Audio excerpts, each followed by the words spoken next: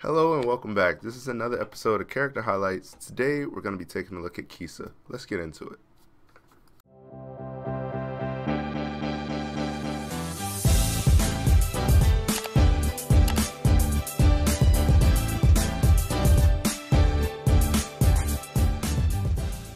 Hello folks, today we're going to be taking a look at Kise. Alright, so first, for her skill 3. Leaps towards enemy attacks, increasing cooldowns by 2 turns, and then she gives herself stealth for 2 turns, and the damage increases proportional to caster's current health. Important to note that this actually does scale on her max health, so the damage does increase the more HP she has. So skill 2, she's going to attack all enemies with a scythe, and she penetrates defense by 60% if stealth. So you're definitely going to want to skill 3 before you skill 2. And then her skill 1 is she just attacks with a scythe and deals extra damage 70% more if the target has a barrier. Really good for wyverns. If you're struggling to penetrate that barrier, she's really going to help you out with that. Just having taken a cursory glance at her kit, she really doesn't seem like much of a PvE character. The only 2 places I can see her really being valuable is wyverns and banshees. And I think between the 2, she's really going to be more valuable in wyvern due to the fact that the boss has a barrier, and that skill 1 is going to increase your damage to the barrier. Also, the reason I see her being valuable for banshees is because she has that AoE skill 2 with the defense ignore. It's going to look really bad for now, but in time, when people have really good equipment and can actually take advantage of that defense ignore, I think she's going to be a monster. For skill ups on Kise, I would recommend going the skill 3 because it has a really solid multiplier, then the skill 2, and then the skill 1. Unless you need the damage for Wyvern Shield, in which case I would go skill 3 then skill 1. There's really not much more to her kit than that, so let's just get into her strengths and weaknesses. So for Kise's strengths, she has high single target damage, she's really hard to deal with in PvP without AoE damage. Also, the disruption of her skill 3 cooldown increase is extremely strong in PvP. She has really good damage versus Wyvern Shield, and she has relatively low cooldowns.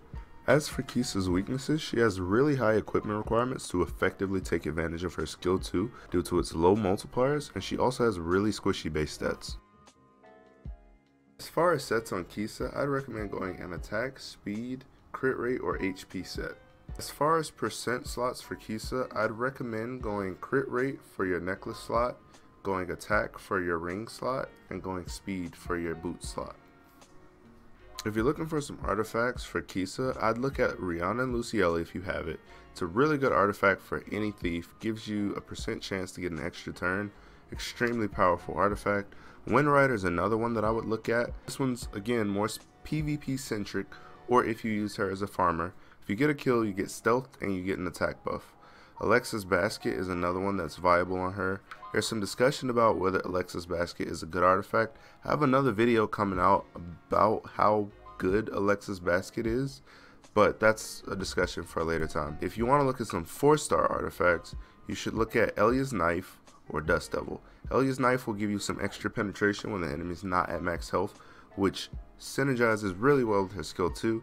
Dust Devil is a must-have if you're doing a wyvern team with her, as it gives you an extra chance to do a skill 1.